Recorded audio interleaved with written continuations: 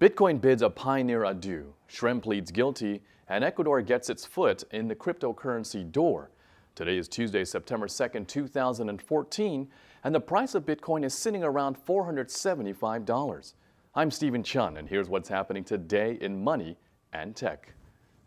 The Bitcoin world is deeply saddened to hear of the passing of cryptocurrency pioneer Hal Finney, who passed away on August 29th at the age of 58 after being diagnosed with ALS in 2009.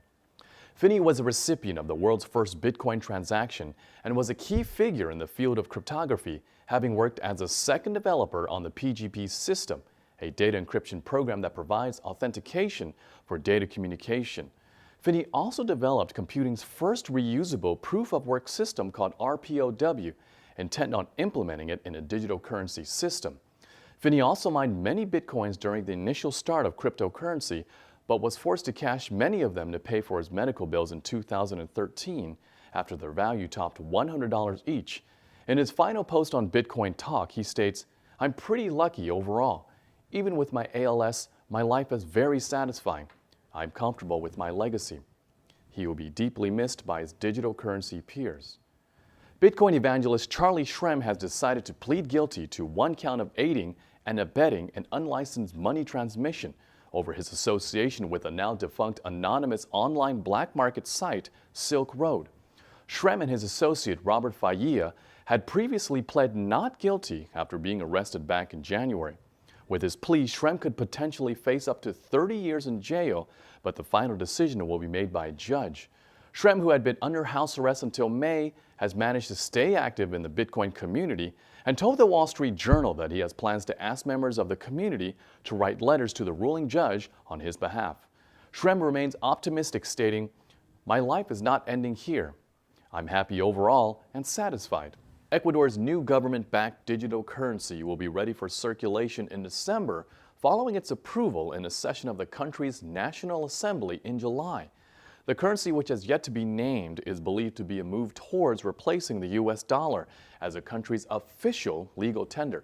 The country, which has had virtually no control over money emission when it took on the US dollar in 2000, is aiming to prove its best intentions and improve its financial standing, which currently centers around $11 billion in debt. Citizens will be able to receive and use funds via their cell phones, and the software needed for the currency to function is already being used by cell phone companies. Ecuadorian President Rafael Correa states that the only real issue with the plan is that it has taken so long and that it has required so much defending from pseudo-analysts who have appeared in the media trying to smear it. Correa is also denying any plans to replace the US dollar at this time. The Chamber of Digital Commerce, an authoritative representative for the digital commerce industry in Washington, D.C., have announced plans to form a Political Action Committee, PAC, to support and help fund pro-Bitcoin politicians. The Digital Chamber first filed to form the PAC with the Federal Election Commission last month.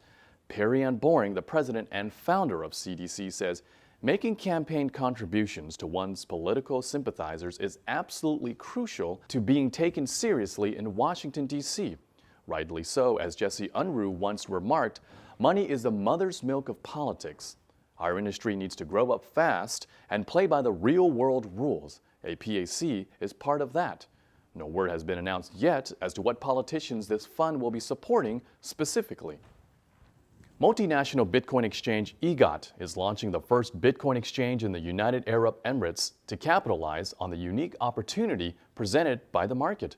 The new venture will operate with a commercial brokerage license and has secured local banking partners with direct deposits and withdrawals in UAE dirhams.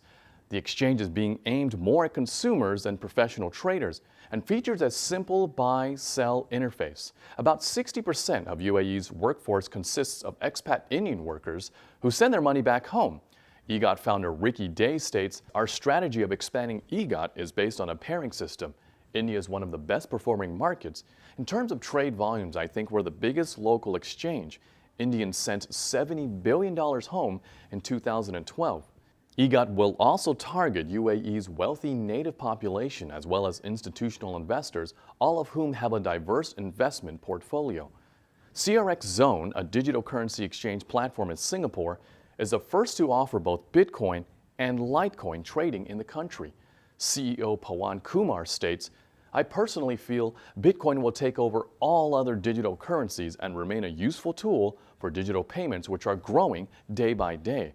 And despite its recent price slump, Kumar spoke positively of Litecoin, saying, "We still believe that Litecoin will survive the current downward trend. It is well-known and widely used crypto after the Bitcoin.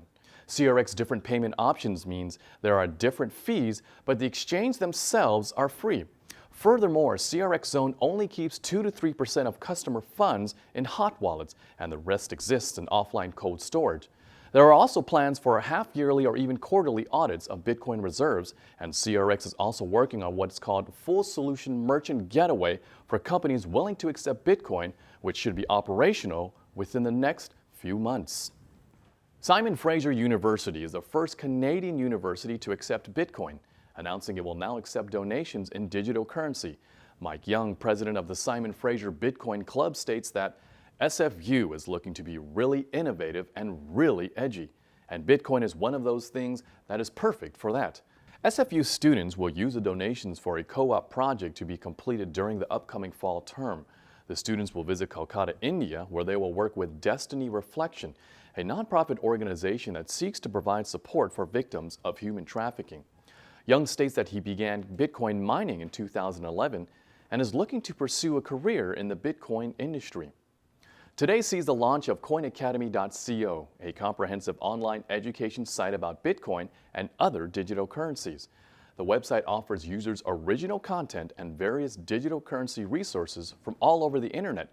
Coin Academy's primary focus is Bitcoins, offering a Bitcoin for Beginners course and a Bitcoin for Merchants course, but also covers popular altcoins, Litecoin, Dogecoin, Ripple, NXT, and Peercoin, with plans to add more in the future.